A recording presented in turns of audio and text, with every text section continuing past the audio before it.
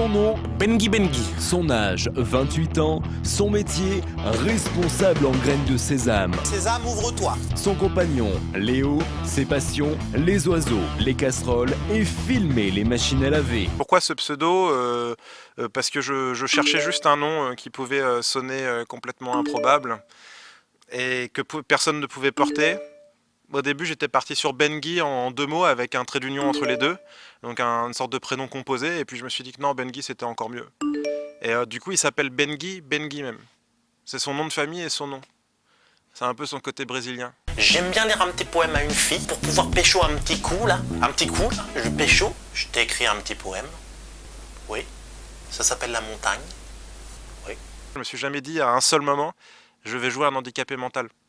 Je me suis juste dit que j'allais jouer un personnage qui était complètement lunaire, qui était complètement dans son monde, et qui allait pouvoir faire des choses que personne ne pourrait faire, justement parce qu'il était comme ça. Mais à aucun moment je me suis dit qu'il était ni autiste ni handicapé mental. En fait, j'ai jamais posé de nom là-dessus. Et je pense qu'il y a beaucoup de monde aussi qui a compris qu'il était touchant, plutôt attendrissant que handicapé. Mais je pense que Benguy, c'est une partie de moi-même. C'est forcément ça qui fait que je mens pas énormément en fait en faisant ce personnage-là. Je suis vraiment tête en l'air, oui, parce que je suis arrivé avec 1 heure de retard au rendez-vous pour l'interview. Et ouais, en fait, dans le quotidien, j'ai ce côté très, très lunaire. Donnez du pain aux Africains, donnez du pain aux Africains, ils sont comme nous. Quand j'ai sorti le pain aux Africains, je m'attendais à ce que les gens, effectivement, réagissent comme ça. C'est pas étonnant. Ça peut être mal interprété. Moi, après, je me suis dit, encore une fois, tout à l'heure, je parlais de la naïveté de Benguy. Je crois que c'était juste de la naïveté et rien d'autre, en fait. C'est un personnage qui se dit, à un moment donné, il y a des gens qui meurent de faim dans le monde, qui n'ont pas à manger. Lui, il a regardé les infos peut-être 1 heure avant, et il s'est dit, j'ai envie de les aider à ma façon, et je vais aller chanter pour eux. Quand j'ai fait Benguy, mes parents avaient peur pour moi. Ils avaient peur, et ils se disaient...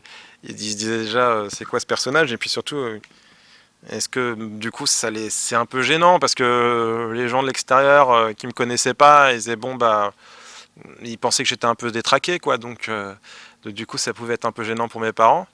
Et puis finalement, ils s'y sont faits. Et maintenant, ma mère aime beaucoup Benguy, je crois. Toi, combien tu pourras me pondre d'enfants en une prise? Je sais pas, je pense que le maximum ça doit être 7.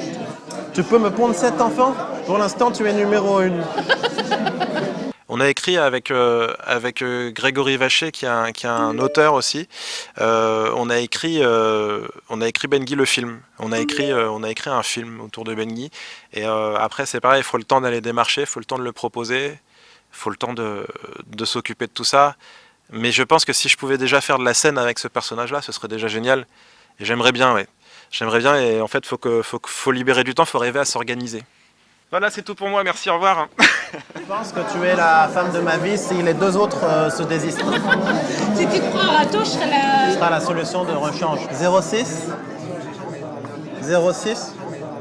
Allez, donne le 06. Allez, j'ai le gland qui fume là. 06.